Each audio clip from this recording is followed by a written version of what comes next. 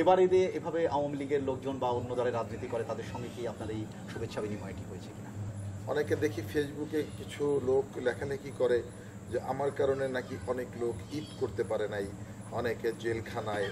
আমি সহমর্মিতা প্রসঙ্গ জ্ঞাপন করি। ঈদ মানে হচ্ছে পুরাতনকে ভুলে যাওয়া, ক্ষমা করে দেওয়া, সবার সঙ্গে আগামীতে একসঙ্গে মিলেমিশে। আমি এখানকার যারা আওয়ামী লীগের নেতৃত্ব দিয়েছে একসময়, আমি অনেকের সাথে কথা বলেছি। রাজনীতিবিদ না হলে কি হতাম সেটা তো বলা যাবে না, তবে সময়ত দর্শক মণ্ডলী, ঈদের স্মৃতিচারণমূলক অনুষ্ঠান এবং সমসাময়িক রাজনীতি, সেকাল এবং একালের ঈদ নিয়ে স্মৃতিচারণ অনুষ্ঠান ঈদ আড্ডায় আপনাদেরকে স্বাগত জানাচ্ছি।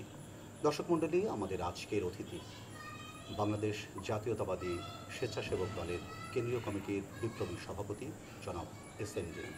জনাব এস.এন. জলিল, আমি আপনাকে ঈদ মোবারক জানাচ্ছি যে আপনার সেই ছেলেবেলার ঈদ আর বর্তমান সময়ের ঈদ, আমি তার আগে প্রথমে জানতে চাই এবারের ঈদ আপনি কেমন কাটালেন? ধন্যবাদ আপনাকে। ঈদ মুসলমানদের সবচেয়ে ধর্মীয় বড় উৎসব।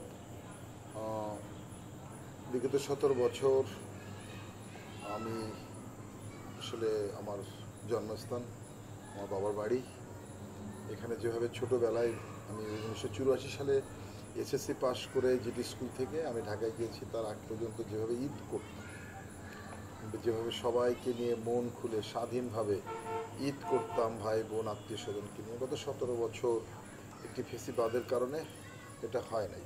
আমি রাজনীতি করি একটি গণতান্ত্রিক দেশে, একটি গণতান্ত্রিক রাজনৈতিক দলের সদস্য, এটা আমার গণতান্ত্রিক অধিকার। কিন্তু দুর্ভাগ্য যে আমার সেই গণতান্ত্রিক অধিকার আমি আসলে অধিকারটাকে আমি কখনো পাইনি, কারণ আমি 17 বছর এখানে ঈদ করতে পারিনি। এই ঈদের মাঠে যে ঈদের নামাজ পড়া, যে আনন্দ, বন্ধু বান্ধব আত্মীয় স্বজনের সাথে দেখা, কোলাকুলি করা, এটা একটা আলাদা অনুভূতি, সেখান থেকে আমি বঞ্চিত ছিলাম। তো একবার ঈদে বাড়িতে আসলাম, সব ভয় ভীতি উপেক্ষা করে, একটু চালাকি করে, যে চাঁদ রাইতে আসে ঢুকলাম বাড়িতে। আমার আত্মীয় স্বজন ভাই বোন সবাই আগে চলে আসছে, আমি শুধু ঘরে ঢুকছি, আমার ভাই বোন বললো দাদা আসছে। এর মধ্যে থানার ওসি সাহেব ফোন করলেন, আপনি বাড়িতে ঢুকছেন? আমি যে হ্যাঁ। আপনার অবস্থান পরিবর্তন করেন, আমার কিছু করার নাই, আমি আপনাকে গ্রেপ্তার করব না, কিন্তু গোপালগঞ্জ থেকে স্পেশাল ফোর্স আসছে ভাই, আমার কিছু করার থাকবে না। স্থান পরিবর্তন করলাম, রাত কাটালাম এক বাড়িতে। সকালে ভাবলাম যা হয় হবে, ভাই বোন আসছে, ঈদ করবো বাড়িতে। ওসি সাহেব আবার ফোন করলো, আপনি ঈদের নামাজ কোথায় পড়বেন? বললাম জিডি স্কুল, যেখানে আমাদের ঈদগাহ মাঠ, একটাই তো মাঠ, একটাই জামাত হয়। আমি মুসলমান, 30টা রোজা রেখেছি, আমি মুসলমান, রোজা রেখেছি, রোজার পরে ঈদ, আমি নামাজ পড়বো, ওয়াজিব নামাজ, ঈদগাহ মাঠ একটাই টুঙ্গিপাড়াতে, সেখানেই পড়বো। উনি বললো দেখেন আপনি এখানে এসেন না, এখানে অনেক সমস্যা, রাজনৈতিক আওয়ামী লীগের নেতাকর্মীরা তারা খুব মানে না, তারা খুব কি উত্তেজিত। তা আমি বললাম ওসি সাহেব ওরা উত্তেজিত, আমি তো উত্তেজিত না, ওদেরকে প্রশমিত করার দায়িত্ব আপনার, এটা আমার না। আমি মুসলমান, আমি ঈদের মাঠে যাব, ঈদের নামাজ পড়বো, এটাই আমার কথা। তো আমি আমার কথা মতো যথারীতি ঈদের মাঠে গেছি, আমার বাবাকে সাথে নিয়ে, আমার গাড়ি ব্যবহার করি নাই, আমি ভ্যান নিয়েই গেছি ঈদের নামাজে। ঈদের মাঠে ঢুকছি, নামাজ পড়ছি, নামাজ পড়ে আমি আমার সহকর্মীদের সাথে আড্ডা দিছি, ওখানে কোলাকুলি করছি। তারপরে প্রথম রাজনীতিতে আমি সেদিন ভারপ্রাপ্ত সভাপতি ছাত্রলীগের টুঙ্গিপাড়া থানা তৌফিক বিশেষের বাসায় আমি ঈদের নাস্তা করছি প্রথম। এটা আমার রাজনৈতিক একটা আমার একটা টেকনিক ছিল যে আমি ঈদে যাব, সে ছাত্রলীগ হোক, এটা আমার দেখার বিষয় না। আমি প্রথম নাস্তা করছিলাম এবং ভাত খেয়েছিলাম পুঁটি মাছ ভাজা দিয়া তৌফিক বিশেষের ঘরে। এটা আমি শুরু করি, ওইখান থেকে ওই জায়গায় সবার বাসায় ঘুরে শেষ পর্যন্ত আমার টুকু বিশ্বাস কাকার বাসায় খেয়ে তারপরে বাড়ি আসছিলাম। এটা আমি একটা টেকনিক করছিলাম আমার রাজনীতি। অনেকে ভয় ভীতি দেখাইছে আওয়ামী লীগালারা উত্তেজিত, হ্যাঁ হ্যাঁ, একটু দেখলাম ঘুরে ঘুরে উত্তেজনাটা আর কি। তো ওসি সাহেব বলছে হ্যাঁ আপনি তো করলেন সব কিছু, কিন্তু আমি তো ঘামাইতেছিলাম রীতিমতো। হ্যাঁ, উনি একজন পুলিশ কর্মকর্তা, ওনার স্বাভাবিক কিছু দায়ী থাকে, সে দায় থেকে হয়তো নিজেকে চিন্তা করছে কিছু একটা হতে পারে, সেজন্য উনি আমাকে ভেবে বলছে। সেটা হচ্ছে যে আসলে ঈদ একটা আনন্দের বিষয়, সেটা আসলে আমরা মন খুলে করতে পারি নাই। তবে এবারের ঈদটা ছিল একটু ভিন্ন ধর্মী। প্রায় 15.5 বছর পরে একটি ফেসিবাদ মুক্ত বাংলাদেশ। আমরা গণতন্ত্রের কথা বলি, সকল দল সকল মতের মানুষ থাকবে, সকল মানুষ রাজনীতি করবে, মানুষ যাকে পছন্দ করবে তাকে ভোট দিবে, এটাই তো রাজনীতি। এবং রাষ্ট্রের মালিক জনগণ, আমাদের সংবিধান স্বীকৃতি দিয়েছে এই রাষ্ট্রের মালিক জনগণ তখনই হয় যখন তার 5 বছর পরে একটি ভোট প্রয়োগ করার মধ্য দিয়ে তার পছন্দ মতো ব্যক্তিকে নির্বাচিত করতে পারে। সেই ভোটটা প্রয়োগের মধ্য দিয়ে জনগণ তার রাষ্ট্রের মালিকানা ফিরে পায়। 17 বছর সেটা ছিল না। এখন মানুষের 17 বছরের বাক স্বাধীনতা ছিল না, মানুষের বাক স্বাধীনতা ফিরে পেয়েছে। আর ভোটের অধিকার এখনও প্রতিষ্ঠিত হয়নি। আশা করছি যারা এখন দায়িত্বে আছেন তারা বাংলাদেশে একটি অবাধ সুষ্ঠু নিরপেক্ষ নির্বাচনের মধ্য দিয়ে নির্বাচিত সরকারের কাছেই ক্ষমতা হস্তান্তর করবে, এটা আমার প্রত্যাশা। আমি শেষ করে দেই যে জায়গাটায় যে ঈদ, এবার যে ঈদটা করলাম, আমি ঈদের মাঠে গিয়েছি। আমি কোনো মহড়া দিয়ে আমি আমার বিশাল শোডাউন করে আমি ঈদ করিনি। নেতাকর্মীদেরকে আমি নিষেধ করেছিলাম। আমি অনেকে বলেছিল যে মাঠের প্রথম কাতারে আমার জন্য জায়গা নির্ধারণ করে রাখা হবে। আমি কোনো প্রয়োজন নেই। আমি যখনই মাঠে যাব, যেখানে জায়গা খালি পাবো সেখানে দাঁড়িয়ে আমি নামাজ আদায় করব। আমি ঠিক সেই কাজটা করেছি। অনেকে বলেছিল ঈদের মাঠে বক্তব্য দেওয়ার জন্য, আমি এটা মনে করি না, কখনোই আমি এটা করি না। অনেকে মনে করেন ঈদের মাঠে বক্তব্য দিলে অনেক জনপ্রিয়তা অর্জন করা যায়, এটা মিথ্যা কথা। মানুষ, সাধারণ মানুষ নামাজ পড়তে যায়, রোদ থাকে, এখানে আসলে কেউ কারো কথা শুনতে চায় না। এখানে অনেকের ক্ষমতা দিয়ে বক্তব্য দেয়, কিন্তু এটা ঠিক না। মানুষের কোনো কিছুতে বিঘ্ন ঘটে, মানুষের কোনো ক্ষতির কারণ হয়, মানুষের অনেক কষ্টের কারণ হয়, সেই কাজগুলো রাজনীতিবিদদের না করা উচিত। আমি একটু ঈদের মধ্যে আপনাকে আরও রাখতে চাই, রাজনীতির বিষয়টা আমি একটু পরে বলবো। এই যে 17 বছর সংগ্রামের মধ্যে দিয়ে এক প্রকার হোলিয়া মাথায় নিয়ে, জেল জুলুমের ভয়, পুলিশের ভয় নিয়ে ঈদ উদযাপন করলেন, ঈদ পালন করলেন, তখন এই মাকে মিস করা, বাবাকে মিস করা, পরিবারকে মিস করা, ধরেন ঈদ করছেন কোনো এক জঙ্গলের মধ্যে ঈদ করছেন, তো সেই সময় কি এগুলো মিস করতেন কিনা? আত্মভাবে মিস করতাম। আসলে ঈদ তো বাবা মায়ের সাথে, ভাই বোনদের সাথে নিয়ে একসাথে এক টেবিলে সবার মুখে হাসি থাকবে, এটার একটা আনন্দ আলাদা। আর আমি বিশেষ করে আমি ওই 51বর্তী পরিবারের মতো, আমার পরিবারে কিন্তু আমরা 5 ভাই 4 বোন, আমরা কিন্তু ভিন্ন না, আমরা একসাথে থাকি, এখন একসাথে থাকি। এবং আমি আমার ভাইদেরকে বলে দিয়েছি, সবাই আলাদা সংসার হয়েছে, আমি যতদিন জীবিত আছি ততদিন এই সেপারেশন শব্দটা থাকবে না। একসাথে থাকবো, যত কষ্ট হোক সব কিছু একসাথে করব। এখনও আছে এভাবে, আশা করি এটা অব্যাহত থাকবে। আর ঈদ বিভিন্ন জায়গায় করেছি। তোরা জানেন 12 সালে টুঙ্গিপাড়াতে আমার একটা ফেস্টুন, ঈদ শুভেচ্ছা ফেস্টুনকে ছিঁড়ে ফেলেছিল সিঙ্গিপাড়া। সেই ঘটনাকে কেন্দ্র করে যে ছিঁড়েছিল তার সাথে আমার ছেলেদেরকে মারামারি হয়েছে, সে কিছুটা আহত হয়েছিল, আওয়ামী লীগের এক নেতা, তো তার নাম ছিল সম্ভবত খসরু মোল্লা। তো সে মামলা করেছিল, আমি ঢাকায় ছিলাম, আমি কিছুই জানি না, আমি ঢাকায়। সেই মামলা আমাকে প্রধান আসামি করা হয়েছিল। এবং ঈদের চান রাইতে মারামারি, সেখান থেকে এই ঘটনার পরিপ্রেক্ষিতে আমার কুশলী ইউনিয়ন বিএনপি সভাপতি জাকির মোল্লার বাড়িটাকে পুড়িয়ে দেওয়া হলো ওই রাতে, চান রাইতে। তারপরে আমাদের যুবদলের কনভেনার মুক্তার মোল্লার বাড়িতে ব্যাপক হামলা করা হলো এই দিন, তারা কয়েক ভাই আহত হয়েছিল। তো আমাকে আমার বাসায় পুলিশ ফোন করলো, আমার বাসা রেড হবে, ওই রাত্রে আমি বাসা থেকে পালিয়ে সিলেট চলে যাই। তো এরকম সিলেটে যে ঈদ করতে হয়েছে আমার। এই মুহূর্তে এই 17 বছরে যদি আপনার কোনো ঈদ, এই যে জেল জুলুম হলিয়া মাথায় নিয়ে যে ঈদ করা, কোনো ঈদের স্মৃতি কি মনে পড়ে যে হ্যাঁ, বিশেষ করে যে এমন একটা ঈদে আমি অমুক জায়গায়, বা কোনো বিশেষ কোনো স্মৃতি যে এই জায়গায় ঈদ করেছিল? হ্যাঁ, ঈদ তো জেলখানায় করেছি, জেলখানায় ঈদ করেছি। জেলখানার ঈদে যারা সহকর্মী বাইরে ছিল তারা পাঞ্জাবি পাঠিয়েছে, সব কিছু ছিল, সেমাইও ছিল, মিষ্টিও ছিল, কিন্তু আসলে ঈদ ছিল না। বন্ধি অনেকে বলে যে ও ইচ্ছা করে জেলে গেছে, আসলে ইচ্ছা করে কেউ জেলে যায় না। জেল এমন একটা জিনিস, কোনো লোক যদি যত ভালো থাকুক কিন্তু জামিন হয়েছে, সে ইচ্ছা করে একদিন থেকে আসবে, এই মানসিকতা কারো থাকে না। জেলখানা থেকে কতক্ষণে বের হবে এটাই থাকে তখন মানুষের। আপনি তো এই এলাকার সন্তান, এলাকায় বেড়ে ওঠাই, টুঙ্গিপাড়া, পাটগাতি, আপনার এই অঞ্চলে, এখানে স্কুল, আপনি আপনার পড়ালেখা, তো সেই যে ছেলেবেলা, লাল ছেলেবেলার যে ঈদের ঈদ উৎসব, ঈদের আয়োজন, সেরকম স্মৃতি, কোনো মধুর স্মৃতি মনে পড়ে? ঈদে তো এখন তো ভ্যান হয়েছে, আগে আমরা হেঁটেই যেতাম। তখন ভ্যান ছিল না, কিছুই ছিল না। ওই ঈদগাহ মাঠে আমাদের এখানে একটা ঈদের জামাত হতো, সেটা ওই মাঠে এখন হয়। ওই ওদিকে একটা হয়, গিমারডাঙ্গার ওদিকে একটা হয়, মাদ্রাসাও একটা ঈদের জামাত হয়, কিন্তু সে একটা ঈদের জামাত হতো আমাদের এখানে। তো আমরা হেঁটে যেতাম এখান থেকে। এবং একটা জিনিস বাবা বলতো যে যে রাস্তা দিয়ে যাবো আরেক রাস্তা দিয়ে আসতে হবে, এটা সুন্নাত, নবীজি সেটা করতেন। তা আমরা যাইতাম, কিন্তু মনে আছে যে এই যে দানাদার আছে না, এই দানাদার কিনতাম আর ওই মানিক মিয়া কাকার বাড়ির ওদিক থেকে আসতাম ঘুরে দানাদার খাইতে খাইতে।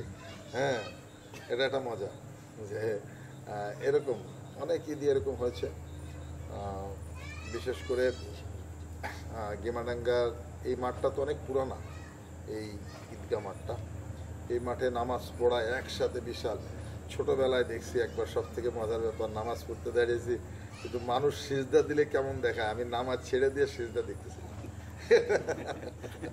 মানে এত বড় মানুষ যে তখন কেমন লাগে, এটা আমি নামাজ না পড়ে ছোট বাবার সাথে গেছি, বাবা সিজদায়, আমি দাঁড়াইয়া দেখতেছি মানুষ, কত মানুষ মানে পড়ে আছে। আপনি বলছিলেন যে, আমার মনে আছে এই জিনিসটা, আপনি বলছিলেন যে এক ঈদে আপনি ছাত্রলীগের তখন ভারপ্রাপ্ত সভাপতির বাড়িতে আপনি ঈদ করেছেন। বর্তমানে ঈদের প্রেক্ষাপট পরিবর্তনে আপনি যেহেতু রাজনীতিবিদ, রাজনীতির ঈদ শিষ্টাচার আছে, ঈদেরও তেমন কিন্তু সেই শিষ্টাচার রয়েছে। দল মত নির্বিশেষে সবার জন্য ঈদ কোলাকুলি করা অথবা খুদে বার্তা পাঠানো, ঈদের শুভেচ্ছা বিনিময়। এবার ঈদে এভাবে আওয়ামী লীগের লোকজন বা অন্য দলের রাজনীতি করে তাদের সঙ্গে কি আপনার এই শুভেচ্ছা বিনিময়টি হয়েছে কিনা? দেখেন, এটা কাম্য না। একজন রাজনীতিবিদ রাজনীতি করবে, রাজনৈতিক সহকর্মী রাজনীতি করবে, এটাই স্বাভাবিক এবং স্বাভাবিক। রাজনীতি সব জায়গায় থাকবে, যে যার রাজনীতি করবে, এটাই স্বাভাবিক। কিন্তু আসলে আমাদের দেশে রাজনীতিতে এমন জায়গায় চলে গেছে, শিষ্টাচার বলে কিছু ছিল না। আগে রাজনীতি ছিল যে একটা দলের বড় যারা চেয়ারম্যান থাকে, মহাসচিব থাকে, এরা সাধারণত মামলার আসামি হয় না, রাজনৈতিক মামলার, এবং গ্রেপ্তার হয় না। কিন্তু গত 17 বছর এই শিষ্টাচারগুলো ছিল না। আর গোপালগঞ্জের প্রেক্ষাপটে এবার যেটা হলো, এটা অত্যন্ত দুঃখজনক যে অনেকে দেখি ফেসবুকে কিছু লোক লেখালেখি করে যে আমার কারণে নাকি অনেক লোক ঈদ করতে পারে নাই, অনেকে জেলখানায়। হ্যাঁ, অনেকে জেলখানায় আছেন, আমি সহমর্মিতা পোষণ জ্ঞাপন করি, এবং যারা বাইরে আছেন তাদের প্রতি আমার সহমর্মিতা। একসাথে ঈদ করতে পারলে হয়তো আগে যাদেরকে দেখতাম অনেককে এবার দেখতে পারি নাই, হয়তো তারা অন্য দলের রাজনীতি করে, আওয়ামী লীগের রাজনীতি করে, কিন্তু সবাই মিলে একসাথে ঈদের মাঠে নামাজ পড়তে পারলে আমার কাছে অনেক ভালো লাগতো। কিন্তু আসলে আমাদের দুর্ভাগ্য সেখানে যে 5ই আগস্ট বাংলাদেশে একটি ছাত্র জনতার একটি গণ অভ্যুত্থান সংগঠিত হয়েছে। এই গণ অভ্যুত্থান সংগঠিত হওয়ার পরে একটি রাষ্ট্রের, পৃথিবীর ইতিহাসে বিরল, একটি রাষ্ট্রের প্রধানমন্ত্রী, একটি রাষ্ট্রের মন্ত্রী পরিষদের সকল সদস্য, একটি দেশের পার্লামেন্টের সকল পার্লামেন্ট মেম্বার, মসজিদের ইমাম, বায়তুল মোকাররমের খতিব এবং মেডিকেল বিশ্ববিদ্যালয়ের ভিসিরা পর্যন্ত পালিয়ে গিয়েছে। এটা নজিরবিহীন ছিল।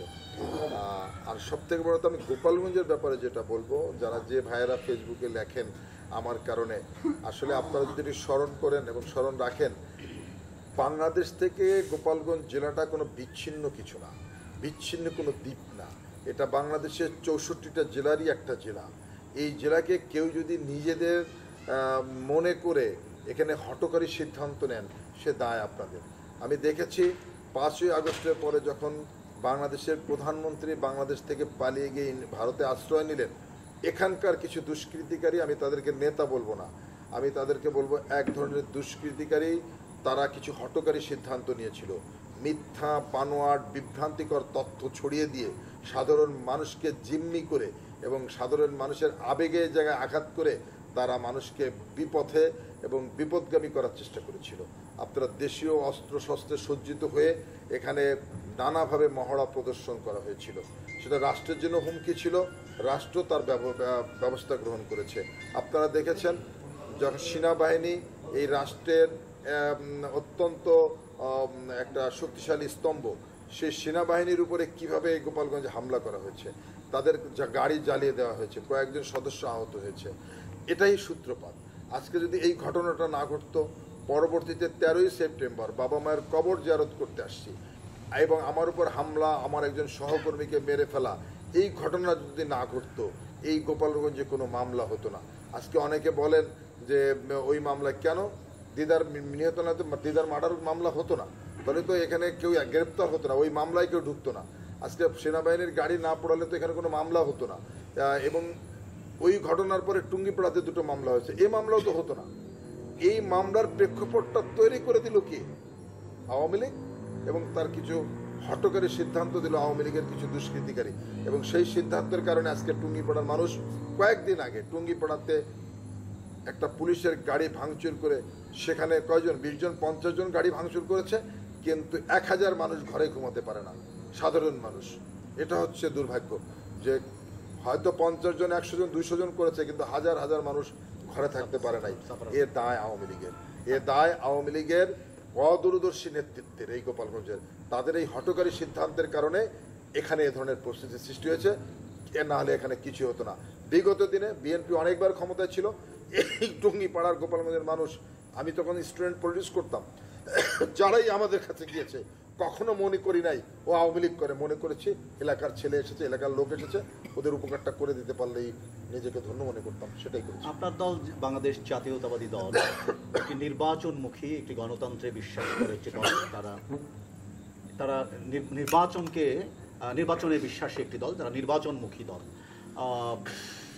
এই ঈদ পরবর্তী সময়ে বলা হচ্ছিল যে নির্বাচন অত্যন্ত এগিয়ে আসছে, কখনো কখনো বলা হচ্ছে নির্বাচন না এবছর নয় আগামী বছর। এই নিয়ে ধূম্রজাল তৈরি হয়েছে, আগামী ডিসেম্বর আগামী জুন এইসব নিয়ে একটি ধূম্রজাল তৈরি হয়েছে। সেখানে আপনি রাজনীতি করেন, আপনি কেন্দ্রের রাজনীতি করেন, সব মিলিয়ে আপনার দলের স্ট্যান্ড।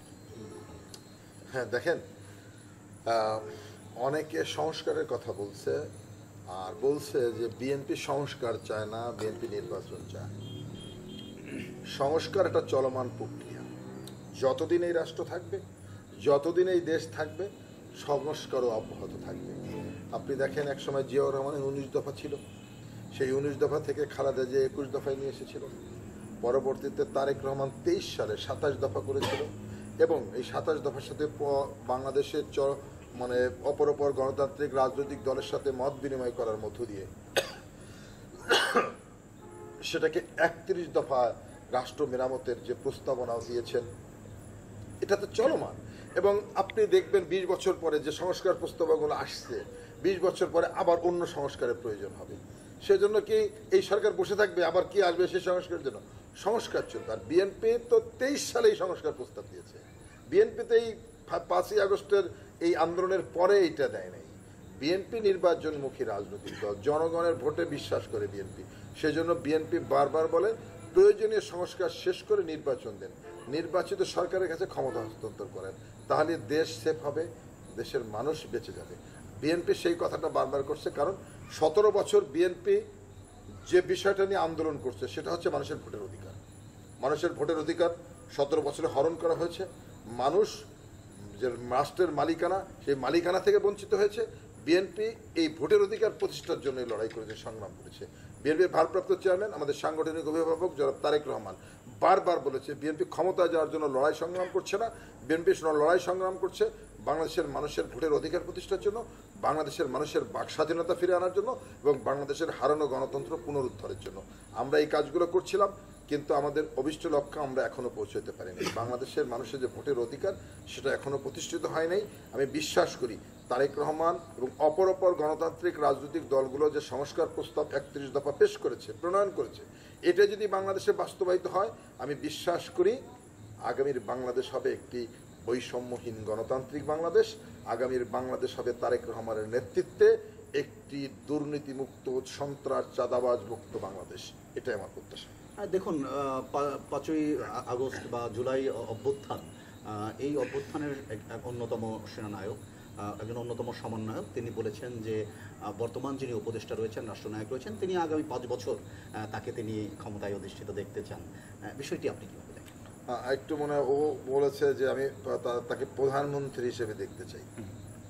দেখেন, আমাদের সংবিধান আছে,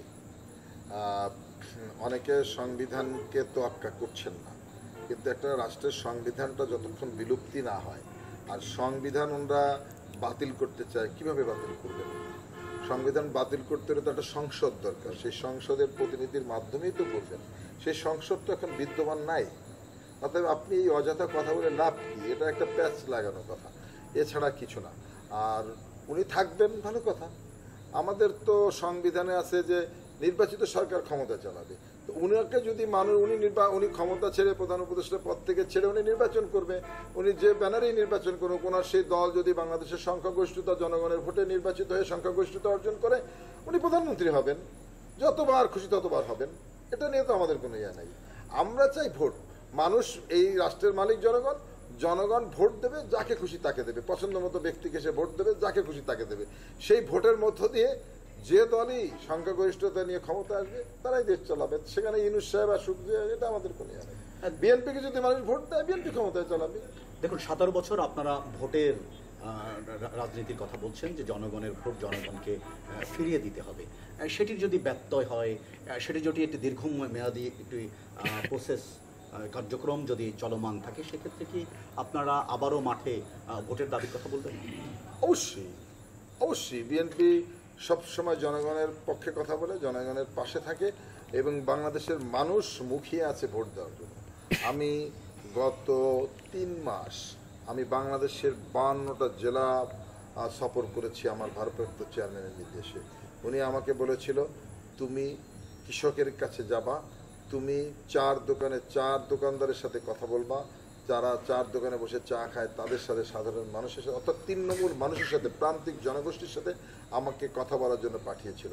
আমি এই প্রান্তিক মানুষের সাথে কথা বলে দেখেছি। আমি 52টা জেলা সফর করেছি।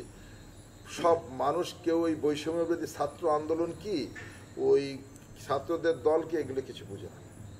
মানুষ বলে যে ভোটটা কবে হবে, ভোটটা কবে হবে বাংলাদেশে। মানুষ ভোট দিতে চায়। আমরা মানুষের পক্ষে, মানুষের ভোটের পক্ষে। সেটা যদি কেউ প্রলম্বিত করার চেষ্টা করে ষড়যন্ত্রের মধ্য দিয়ে, বিএনপি অতীতে যেভাবে ভোটের অধিকার প্রতিষ্ঠার জন্য রাজপথে লড়াই সংগ্রাম করেছিল খালেদা জিয়া এবং তারেক রহমানের নেতৃত্বে, আগামী দিনেও আমরা খালেদা জিয়া এবং তারেক রহমানের নেতৃত্বে আমাদের এই আন্দোলন অব্যাহত থাকবে। জনাব এস এম জিলানী, আমার এখানে আমার সাংবাদিক সহকর্মীরা রয়েছেন, তাদের যদি ইন্ডিভিজুয়াল কোনো প্রশ্ন যদি থেকে থাকে, সজল সরকার। আমার একটা প্রশ্ন হচ্ছে যে সাম্প্রতিক সময়ে 5 আগস্টের পরে আওয়ামী সরকারের পতন হয়েছে, তো তারপর থেকে বিএনপি কিন্তু গোপালগঞ্জে মোটামুটি একটা অবস্থানে আছে, ভালো অবস্থানে আছে। তো এই বিএনপিকে বা বিএনপির সহযোগী সংগঠনকে সুসংগঠিত করার জন্য আপনার পরবর্তী পদক্ষেপ বা পরিকল্পনা কি? ইতিমধ্যে আমি আমার এই কাজগুলো শুরু করেছি। আপনাদের সাথে কথা বলার আগে আমি টুঙ্গিপাড়া পৌর যুব দলের সাথে আমি আজকে দীর্ঘক্ষণ আমি মত বিনিময় করেছি, সাংগঠনিক মিটিং করেছি। গতকালকে আমি এখানে কথা বলেছি স্বেচ্ছাসেবক দল টুঙ্গিপাড়া উপজেলার সাথে আলাদা আলাদা করে। এর আগের দিন আমি কথা বলেছি কোটালীপাড়া যুব দলের সাথে। আগামীকাল, আজকে একটু পরে আপনাদের সাথে শেষ করে আমি উপজেলা বিএনপিকে নিয়ে বসবো। এরপরে আগামীকাল আমার প্রোগ্রাম আছে স্বেচ্ছাসেবক দল টুঙ্গিপাড়া উপজেলার সাথে। পরের দিন আমার কোটালীপাড়া উপজেলা প্রোগ্রাম আছে। আমাদের আমরা কর্মীদেরকে যে মেসেজটা দিতে চাচ্ছি, যে 5ই আগস্টের পরে যে রাজনৈতিক এই পরিবর্তিত পরিস্থিতি, কিছু বিক্ষিপ্ত বিচ্ছিন্ন ঘটনা তো আছেই। বিএনপি একটা বড় রাজনৈতিক দল, অনেক সদস্য এই দলের মধ্যে আছে। তো তাদের কাছে যে মেসেজটা দিতে চাচ্ছি, যে আদর্শ থাকতে হবে রাজনীতিতে। আর কেউ যদি মনে করেন যে বিএনপি করলে, দল করলে অনেক টাকার মালিক হওয়া যাবে, এটা ভুল ধারণা, ভ্রান্ত ধারণা। এই মানসিকতা থেকে বের হয়ে আসতে হবে। মানুষের কল্যাণে কাজ করতে হবে, মানুষের মন জয় করতে হবে, মানুষকে ভালোবাসা দিতে হবে। মানুষকে ভালোবাসা দিয়ে, মন জয় করার মধ্য দিয়ে সংগঠনকে শক্তিশালী করতে হবে। আর মনে রাখতে হবে, এই যে প্রশ্নটা করেছেন যে বিএনপি এখন ভালো অবস্থানে আছে, আমি এটা মনে করি না। আমি মনে করি এখন চারা গাছ অবস্থায় আছে। আমি আমার কর্মীদেরকে আজকেও বলেছি, এখন প্রতিনিয়ত বলছি, এই চারা গাছটাকে আমাদের পরিচর্যা দিয়ে বড় করতে হবে এবং সেটা যখন আমরা সঠিক পরিচর্যা দিয়ে বড় করতে পারবো, ফল আসবে। ফল আসলে ফল ভোগ করা যাবে, কিন্তু তার আগে গাছটা নষ্ট করা যাবে না। এই জন্য আমি সবাইকে বলি, এখন মাত্র 2টো পাতা গজিয়েছে আমার এই গাছটা, এই গাছটাকে বাঁচিয়ে রাখতে হবে। এই জন্য পরিচর্যা হচ্ছে, মানুষকে ভালোবাসা দিতে হবে, মানুষের মন জয় করতে হবে, এটাই পরিচর্যা। এটা যদি আমরা সঠিকভাবে করতে পারি, অন্যায় করা যাবে না। ওই কারো উপকার করতে গিয়ে তার পকেটের টাকা নিয়ে উপকার করবেন, সেটা করা যাবে না। অর্থাৎ যা কিছু করতে হবে বিনা স্বার্থে। আর সেটার জন্য আমাদের আদর্শের জনক শহীদ রাষ্ট্রপতি জিয়াউর রহমানের দেখানো পথ, উনি যেভাবে জীবনযাপন করতেন, তার সততা, তার নিষ্ঠা, তার রাজনৈতিক দূরদর্শিতা এবং বিচক্ষণতাকে লক্ষ্য করে তার সম্পর্কে সম্যক ধারণা রাখতে হবে। জিয়া রহমান সম্পর্কে ভালোভাবে জানতে হবে, তার বই পড়তে হবে। জিয়া রহমান আমাদের আদর্শ, তার আদর্শ যদি সামনে থাকে, রাজনীতি সুন্দর হবে, পরিচ্ছন্ন হবে, পরিশুদ্ধ হবে এবং স্থায়ী লাভ করবে। এই বার্তাটাই দিচ্ছি আমি। রাজনীতিবিদ না হলে কি হতাম সেটা তো বলা যাবে না, তবে রাজনীতিতে তো ঢুকে গেলাম যেভাবেই হোক। এ না থাকলে সমাজের উন্নয়নে, সমাজের মানুষের পাশে সবসময় থাকার একটা মানসিকতা ছিল যে মানুষের যাতে আমার দ্বারা কোনো ক্ষতি না হয়, মানুষ যেন আমার দ্বারা কোনো ক্ষতিগ্রস্ত না হয়, আমার দ্বারা কোনো মানুষ কোনো ধরনের মানে আমার কারণে প্রতিহিংসার শিকার না হয়, বা আমি মানুষের কোনো ক্ষতির কারণ না হই। এই জিনিসটা সবসময় আমার মধ্যে কাজ করতো। সেবা এবং কল্যাণ, হ্যাঁ, এগুলো আমার মধ্যে সবসময় কাজ করতো। আমি সততার সাথে, নিঃস্বার্থের সাথে চেষ্টা করেছি এই কাজগুলো করার জন্য। আপনি ঈদ নিয়ে বলছিলেন, ঈদ মানে হচ্ছে পুরাতনকে ভুলে যাওয়া, ক্ষমা করে দেওয়া, একসাথে মুসলিম ভ্রাতৃত্বের সঙ্গে যে মানে মিলে যাওয়া, মিলেমিশে এগিয়ে নিয়ে যাওয়া দেশকে, সমাজকে, সবগুলো বিষয়। তো আপনি টুঙ্গিপাড়ার সন্তান, টুঙ্গিপাড়ায় আপনি রাজনীতির বাইরেও টুঙ্গিপাড়ার সন্তান এস এম জিলানী, টুঙ্গিপাড়ার সামাজিকতা সব মিলিয়ে রাজনীতির বাইরেও তার একটি বলয় রয়েছে, একটি পরিবেশ। এলাকার সন্তান হিসেবে আপনি মনে করেন যে সবার সঙ্গে আগামীতে একসঙ্গে মিলেমিশে একটি সুন্দর টুঙ্গিপাড়া বিনির্মাণে এস এম জিলানী ভূমিকা? অবশ্যই। আমি আসলে বাড়িতে আসছি, কিন্তু ইতিমধ্যে আমি বাড়িতে বসে, অনেকে জানে না আমি এখানকার যারা আওয়ামী লীগের নেতৃত্ব দিয়েছে একসময়, আমি অনেকের সাথে কথা বলেছি। হ্যাঁ, ফোনেই কথা বলেছি। অনেকে বা এখানে নাই, পালিয়ে আছে। সে অবস্থা আমাকে কয়েকজন বলছে ভাই একটু কথা বলতে চাই। আমি আরে কথা বলবো না কেন? আমি কাউকে বলি না ওর সাথে কথা বলবো না। আমি নাম বলবো না, সরি, আমি নাম বলবো না। আমি অনেকের সাথে টুঙ্গিপাড়ায় যারা একেবারে ডাক সাইডের নেতা, আমি সবার সাথেই কথা বলেছি। সবাই বলেছে ভাই এই অবস্থাকে, আমি তো দেখেন এর আসলে পরিস্থিতিটা এভাবে সৃষ্টি হয়েছে, জন্য আমরা দায়ী না। আজকে পুলিশের আর্মির গাড়িতে হামলা, আমার উপরে হামলা, দিল্লিদারকে মার্ডার করা, এগুলো না হলে কিছুই হতো না। এখানে আমি আমার বাড়িতে আসছি, আমি বাড়িতে বাবা মার কবর জিয়ারত করে চলে যেতাম, এখানে কিছু হতো না। কিন্তু বিভ্রান্তি ছড়ায় আছে, শেখ মুজিবের কবর উঠে নিয়ে যাবে, এই হিন্দুদের বাড়িঘর লুটপাট করা হবে, বাজার লুটপাট করা হবে, এগুলো বলে যে মানুষকে বিভ্রান্ত করা হয়েছে, যার কারণে এই ঘটনাগুলো সংঘটিত হয়েছে। এগুলো না হলে এখানে কিছুই হতো না। আর এখন এই ঘটনাগুলোর পরিপ্রেক্ষিতে রাষ্ট্র সিদ্ধান্ত নিয়েছে যে এখানে আওয়ামী লীগ যারা করে তাদেরকে ডেভিল হিসাবে চিহ্নিত করেছে এবং এদেরকে নির্মূল করতে হবে, যাদের পদ আছে তাদেরকে ধরতে হবে। এটা গভর্নমেন্টের সিদ্ধান্ত, এটা আমার সিদ্ধান্ত না। আর আমি তো গভর্নমেন্টে নেই, আমি একটা রাজনৈতিক দলের সদস্য, আমার দল ক্ষমতায় নেই। বাংলাদেশ এখন অন্তর্বর্তীকালীন সরকার এই দেশ পরিচালনা করছে, এখানে তো আমার কোনো দায় নেই। হ্যাঁ, তারপরও থানার ওসি সাহেব বলেন, এসপি সাহেব বলেন, অনেক সময় যদি তাদের প্রয়োজনে কখনো কথা বলি তাদের সাথে। কিন্তু যে কথাগুলো বললেন যে যারা অন্য দলের যারা তাদের সাথে একসাথে নিয়ে এই সমাজ বিনির্মাণে কাজ করবেন কিনা, অবশ্যই একটা সমাজে এককভাবে কিছু করা যায় না। সকলকে নিয়ে, সকল মতের মানুষ, সকল পথের মানুষ, ভিন্ন মতের মানুষ, সবাইকে নিয়ে যদি একসাথে চলা যায়, সমাজ অবশ্যই আগামী দিকে এগিয়ে যাবে। আর বিশেষ করে আমাদের ভারপ্রাপ্ত চেয়ারম্যান উনি যে কথাটা বলেছেন এবং যে কাজটা উনি করছেন, সাম্য এবং মানবিক সমাজ বিনির্মাণের জন্য যে লক্ষ্যে উনি কাজ করছেন, আমরাও সেই একই সাম্য এবং মানবিক সমাজ বিনির্মাণের জন্য তারেক রহমানের দেখানো পথে আমরা হাঁটছি। এবং আমি বিশ্বাস করি এখানে আপনারা দেখেছেন যে বাংলাদেশের অনেক এই যে যারা এই গণ অভ্যুত্থানের ছাত্ররা বলে তারা না, এইখানে বাংলাদেশের সকল শ্রেণী পেশার মানুষ এই আন্দোলনে সম্পৃক্ত ছিল, এককভাবে কেউ দাবিদার না। এটা তা অনেকে আওয়ামী লীগকে নিষিদ্ধ করার জন্য বলে বিএনপি আওয়ামী লীগের সাথে মিলে গেছে, বিএনপি আওয়ামী লীগের নিষিদ্ধ চায় না। হ্যাঁ, বিএনপি একটা গণতান্ত্রিক রাজনৈতিক দল, বিএনপি আরেকটা রাজনৈতিক দলকে নিষিদ্ধ করার পক্ষে না। জনগণ যদি আওয়ামী লীগকে ভোট না দেয় সেটাই তো বড় নিষিদ্ধ, এবং বিএনপি সেটাই চায়। আওয়ামী লীগ পার্টিসিপেট করবে নির্বাচনে, জনগণ যদি তাকে ভোট দেয় দিবে, জনগণ ভোট যদি না দেয় তো আওয়ামী লীগ নিষিদ্ধ হয়ে গেল, বঞ্চিত, আওয়ামী লীগ বিচ্ছিন্ন হয়ে গেল। সেটাই তো বিএনপি গণতান্ত্রিক দল হিসাবে এটি চাওয়া উচিত, সেটাই চেয়েছে বিএনপি, এর বাইরে কিছু না। আওয়ামী লীগের সাথে সখ্যতার কারণে চায়নি, বিএনপি তার গণতান্ত্রিক স্ট্যান্ড থেকে এটা চেয়েছে যে আওয়ামী লীগ বাংলাদেশের একটা বড় রাজনৈতিক দল, তাহলে কি রাজনৈতিক দল সব শেষ হয়ে যাবে? তাহলে দেশ পরিচালনা করবে কারা?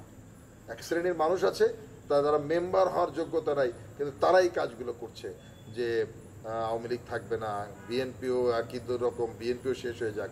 আরে ভাই, আওয়ামী লীগ বিএনপি চলে গেলে দেশ চালাবে কে? আর বিএনপিকে যদি মানুষ ভোট না দেয় সেটা জনগণের ব্যাপার, জনগণ সিদ্ধান্ত নেবে, আপনি বলার কি? অনেকে বলে যে ভোট দিলে তো বিএনপি ক্ষমতায় আসবে। আরে ভাই, তাহলে তো জনগণ বিএনপিকে ভোট দেবে, আপনার সমস্যা কোথায়? জনগণ যদি রাষ্ট্রের মালিক, তো জনগণ যদি বিএনপিকে ভোট দেয় তাহলে আপনার সমস্যা, তাহলে আপনার জনপ্রিয়তা নাই, তো আপনি এত কথা বলেন কেন? আপনার জনপ্রিয়তা নাই, জনগণ আপনাকে চান, আপনি কথা বলেন কেন? বিএনপিকে মানুষ ভোট দেবে, তো আপনার সমস্যা কি? এটা হচ্ছে অগণতান্ত্রিক কথা, এটা হচ্ছে অগণতান্ত্রিক এবং রাষ্ট্রে একটা ঝামেলা পাকানোর কথা। আমি বিশ্বাস করি যা কিছু হোক সর্বশেষ নির্বাচন হবে এবং সেই নির্বাচনের মধ্য দিয়ে জনগণের সরকার প্রতিষ্ঠিত হবে। যেই আসুক আমরা সেই সরকারের পক্ষে থাকবো। এই টঙ্গীপাড়ার মানুষের ভালোবাসায়, স্নেহে, শ্রদ্ধায় আপনি একজন এস এম জিলানী, সেই টঙ্গীপাড়ার মাটি মানুষের মাঝে এবার অনেক বছর পরে ঈদ করলেন। সেই টঙ্গীপাড়াবাসীর প্রতি আপনার শুধু আপনার দলীয় যারা রাজনীতি করে তারা তো আপনার কাছে এসেছে, কিন্তু যারা দূর দূরান্তে টঙ্গীপাড়াবাসী রয়েছেন, কোটালীপাড়াবাসী যারা রয়েছেন আপনার নির্বাচন এলাকায়, তাদের উদ্দেশ্যে আপনার কোনো কথা রয়েছে কিনা ঈদ সম্পর্কে? ঈদ সম্পর্কে, হ্যাঁ, ঈদ তো হয়ে গেল। আর আমি এবার একটু ভিন্ন ধর্মী ঈদ পালন করেছি এখানে। আপনাদের জ্ঞাতার্থে আপনারা হয়তো জানেন যে আমার দলের ভারপ্রাপ্ত চেয়ারম্যান সাহেব, আমি যখন তার কাছ থেকে অনুমতি নিয়ে ঈদ করতে এখানে আসি, যেহেতু আমি একটা বড় সংগঠনের প্রেসিডেন্ট, সঙ্গত কারণে আমার কোথায় থাকতে হয় ওনার অনুমতি নিয়েই আমার স্থান ত্যাগ করতে হয়। তো ওনাকে আমি বলেছি যে ঈদ করতে গ্রামে যেতে চাই, উনি আমাকে বলছে ওকে না, আমি আসছি। এবং উনি আমাকে শুধু বলেছিল যে একটু চেষ্টা করবা ঈদের দিন, একেবারে ঈদের দিন তুমি ঈদের নামাজটা পড়েই তোমার এলাকায় যদি কোনো এতিমখানা থাকে, অনেক এতিম বাচ্চা আছে, এতিম কারা, যারা মা বাবা নেই, এই মা বাবা নাই কিন্তু আত্মীয় স্বজন আছে, দেখা যায় যাদের আত্মীয় স্বজন আছে তারা আত্মীয়র কাছে যায়, কিন্তু এমনও অনেক এতিম আছে যাদের মা বাবাও নেই, আত্মীয় পরিজনের যাওয়ার মতো কোনো জায়গায় নেই। ওই ছেলেগুলো কিন্তু ওই এতিমখানাতেই থাকে ঈদের দিন। তো ওদের সাথে যদি ওদের একটু বাজার করে খাও, তুমিও ওদের সাথে খাও, তাহলে আমার কাছে ভালো লাগবে। আমি ওনার এই কথাটাকে মনে করে আমি ঈদের দিন সকালবেলা ঈদগাহ মাঠ থেকে নামাজ পড়ে আমি গেমাডাঙ্গায় এতিমখানায় গিয়েছি। ওখানে এতিমদের সাথে আমি সকালে সিমাই খেয়েছি, ওদের দুপুরের খাবারও আমি ব্যবস্থা করেছি এবং ওদের জন্য আমি ঈদ উপহার স্বরূপ ওদের যে পাঞ্জাবি, রেডিমেড পাঞ্জাবি কমই মাদ্রাসার ছেলেরা পরে না, ওদের জন্য আমি কাপড় নিয়ে আসছিলাম। এই কাপড়গুলো ওদেরকে দিয়েছি যাতে ওরা এইটা দিয়ে ওদের কাপড় বানিয়ে নেবে আর কি। এরপরে আমি দুপুরে আরেকটা এতিমখানায়, কোটালীপাড়ায় কুরপালাতে আমি একটা এতিমখানায় ওদের সাথে খেয়েছি। অনেক ছাত্ররা সেখানে ছিল এতিম। আসলে আমি আবেগে আপ্লুত হয়ে গিয়েছিলাম ওখানে। আমিও তো এতিম, আমার মা বাবা নাই, কিন্তু ওদের সাথে আমি একটা ছেলেকে জিজ্ঞেস করতেছিলাম যে ও আসলে এভাবে মুরগির রোস্ট, তারপরে গরুর রেজালা, পোলাও, তারপরে ডিম, ও মনে করতেছিল সত্যিকারের ঈদটা যেটা, সেটা আমি এবার পারিবারিকভাবে আমি ওদের সাথে ঈদ করতে পারে নিজেকে অনেক ধন্য মনে করছি যে ওদের মা বাবা নাই, যেতে পারে নাই কোথাও, ওরা এই মাদ্রাসায় ছিল, ওদের সাথে আমি ঈদটা করতে পেরেছি। তো আমার এবার সব থেকে বড় এসে জনাব এস এম জিলানী, আপনার উত্তরোত্তর সাফল্য এবং রাজনৈতিক সাফল্য আপনার কামনা করছি। আপনি দীর্ঘায়ু হন এবং সুস্বাস্থ্য কামনা করছি। আমাদেরকে সময় দেওয়ার জন্য আপনাকে ভাই সর্বশেষ একটা প্রশ্নের বিষয়টা হচ্ছে যে প্রায় 8 মাস হতে চললো যে এই লাস্ট সর্বশেষ প্রশ্ন, প্রায় 8 মাস হতে চললো যে আওয়ামী সরকার চলে গেছে। তো এখনো কিন্তু গোপালগঞ্জে বিএনপি বা সহযোগী সংগঠনের আহ্বায়ক কমিটি চলতেছে। তো কবে নাগাদ পূর্ণাঙ্গ কমিটি হতে পারে এবং এক্ষেত্রে ত্যাগীদের কতটুকু মূল্যায়ন করা হবে বলে? হ্যাঁ, এটা আমাদের একটা সাংগঠনিক পলিসি যে আমরা এখনই যদি পূর্ণাঙ্গ কমিটি করে দেই, কমিটি করতে গেলে কিন্তু ভুল ত্রুটি হয়ে যায়। অনেকে দেখা যায় যে অন্য সংগঠনে ছিল, আওয়ামী লীগে ছিল, ঢুকে গেছে। এরকম কনভেনিং কমিটি, একটু স্বল্পমেয়াদী কমিটি, আমরা যে কোনো সময় যে কোনো পরিবর্তন করা যায়। কিন্তু একটা পূর্ণাঙ্গ কমিটি করলেই অন্তত 2 বছর না গেলে সেই কমিটিটা ভাঙা যায় না। এই পলিসির থেকেই আমরা কনভেনিং কমিটিগুলো করছি এবং খুব দ্রুতই, আমি যতটুকু জানি আমাদের এখানে একটা সাংগঠনিক টিম ইতিমধ্যে ভারপ্রাপ্ত চেয়ারম্যান সাহেব দিয়েছেন, বিএনপির ভাইস চেয়ারম্যান, জাতীয়তাবাদী ছাত্র দলের সাবেক সভাপতি আসাদুজ্জামান রিপন এখানে দায়িত্বে আছেন। আমরা কোটালীপাড়ার আমার 11টি ইউনিয়নের সম্মেলন হয়ে গেছে ইতিমধ্যে, খুব অনড়ম্বর অনুষ্ঠানের মধ্য দিয়ে 11টা ইউনিয়নের সম্মেলন করেছি। টুঙ্গিপাড়াতে এখনো সম্মেলন হয় নাই, তবে প্রত্যেকটা ইউনিয়নে ইতিমধ্যে বিএনপির কর্মী সভা হয়েছে টুঙ্গিপাড়া, এবং এই কমিটিগুলো খুব দ্রুত হবে। আমি এখনই বিএনপির সাথে বসবো, তা আমি মনে করি যে খুব দ্রুত টুঙ্গিপাড়া কাউন্সিল হবে বিএনপির। গতকালকেও জেলা বিএনপির কনভেনার সাহেব আমার এখানে আসছিল, উনি আমাকে বলে গিয়েছে, তা আমি একটু ঈদের পরে দেশের বাইরে যাব, ওখান থেকে এসেই এই মাসেই লাস্টের দিকে হয়তো টুঙ্গিপাড়া বিএনপির সম্মেলন হয়ে যাবে, এবং সম্মেলন হয়ে গেলেই পূর্ণাঙ্গ কমিটি হয়ে যাবে, এবং পাশাপাশি সকল সংগঠনেরই এই ঈদ পরেই সমস্ত কমিটিগুলো পূর্ণাঙ্গ হয়ে যাবে, এবং আমার বিশ্বাস ত্যাগীদের মূল্যায়ন হবে। জনাব এস এম জিলানী, আমাদেরকে সময় দেওয়ার জন্য আপনাকে অনেক অনেক ধন্যবাদ। আপনার সুস্বাস্থ্য এবং দীর্ঘায়ু কামনা করছি। আপনাদেরকেও ধন্যবাদ আপনাদের মূল্যবান সময় ব্যয় করার জন্য। ইনশাআল্লাহ আমার জন্য দোয়া করবেন। আমিও সবসময় এই স্বাধীন সংবাদ সরবরাহ করেন আপনারা, মন খুলে আপনাদের পাশে থাকবো সেই প্রত্যাশা করছি। ধন্যবাদ। সুপ্রিয় দর্শক মণ্ডলী, এই ছিল আমাদের ঈদের বিশেষ আয়োজন ঈদ আড্ডা। পরবর্তীতে অন্য কোনো অতিথি নিয়ে আবার দেখা হবে। সে পর্যন্ত ভালো থাকবেন, সুস্থ থাকবেন, শুভকামনা রইল। ঈদ মুবারক।